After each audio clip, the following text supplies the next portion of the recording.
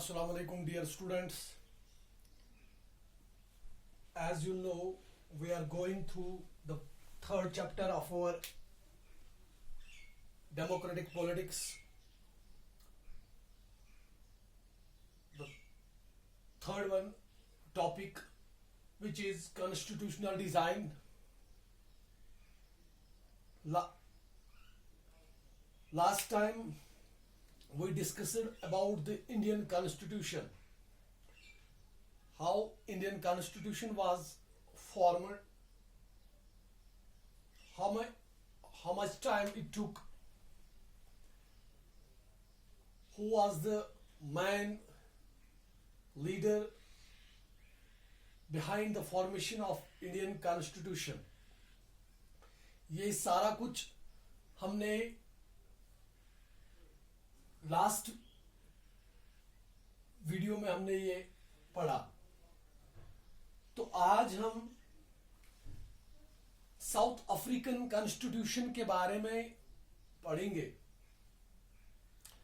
जहां तक south African constitution का सवाल है,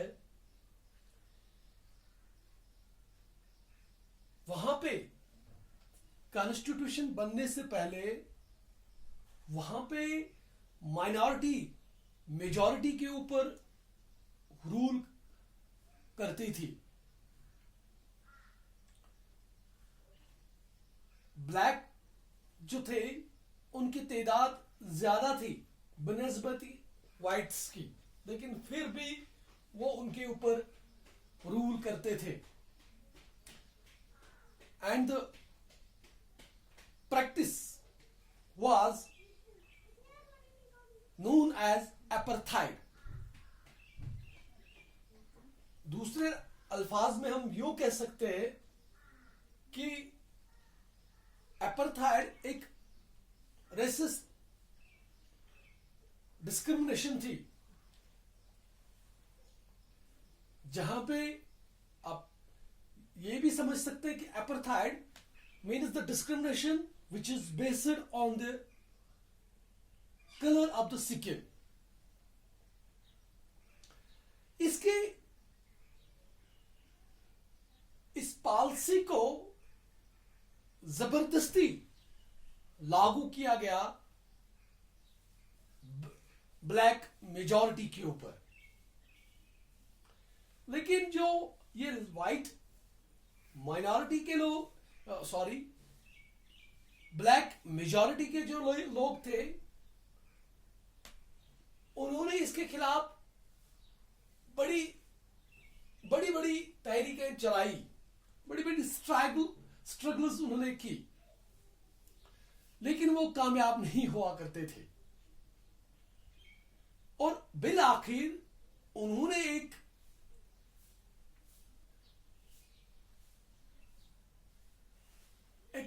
पार्टी बनाई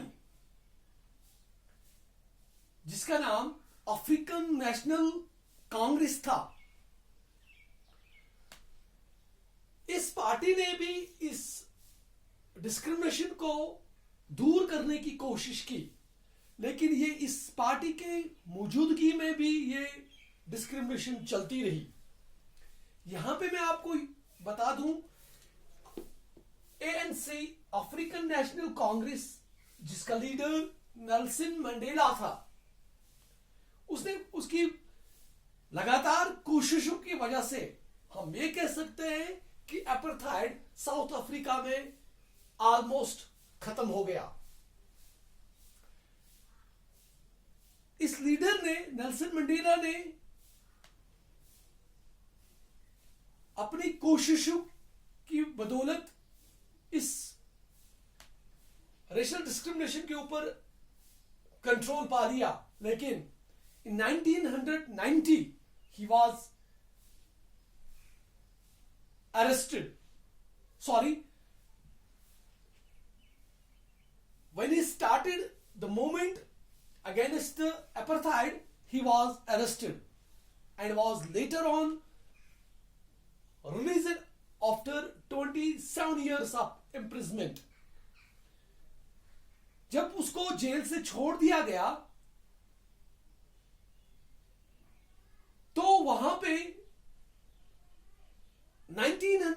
1994 में जनरल इलेक्शंस हुए साउथ अफ्रीका में, और उन जनरल इलेक्शंस में नेल्सन मंडेला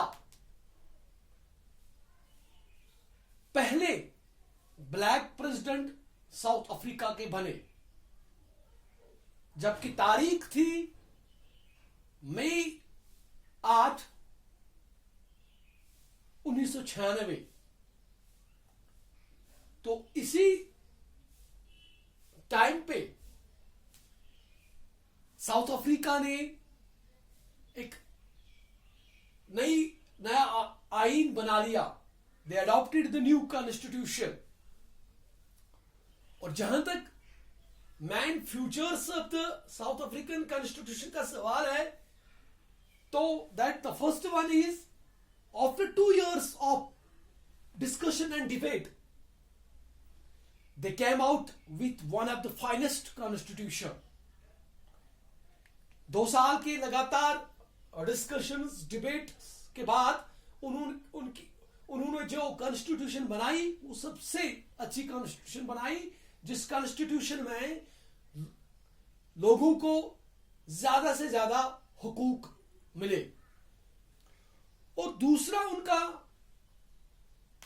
मैन फ्यूचर जो साउथ अफ्रीकन कॉन्स्टिट्यूशन का है, वो है कि अगर कोई भी प्रॉब्लम हो, प्रॉब्लम को सॉल्व करने के लिए सबका मान दिया जाएगा। उसमें ये चीज नहीं देखी जाएगी कि उसका पास्ट कैसा था। अगर कोई भी जिसकी राय अच्छी हो, उस राय को मान लिया जाएगा। और तीसरा फ्यूचर ये बना कि उन्होंने जो वहां पे अपार्थाइड की प्रैक्टिस चल रही थी, उन्होंने उसको बिल्कुल इग्नोर कर दिया। उन्होंने अपनी कॉन्स्टिट्यूशन में वो कानून बनाए जहां पे किसी भी किस्म की भेदभाव नहीं थी, जैसे कि no discrimination on the basis of caste, colour, place of birth, religion. तो ये आज हमने पढ़ा साउथ अफ्रीकन कॉन्स्टिट्यूशन के बारे में कि वहां पे कौन सा सिस्टम पहले चलता था, फिर साउथ अफ्रीकन कॉन्स्टिट्यूशन कैसे बनी, किस लीडर ने इसके खिलाफ स्ट्रगल की और फिर इसके मैन फ्यूचर्स क्या थे। तो आज की वीडियो में इतना ही। कल हम इस चैप्टर को आगे लेके चलेंगे। तब तक के लिए खुदा हाफिज।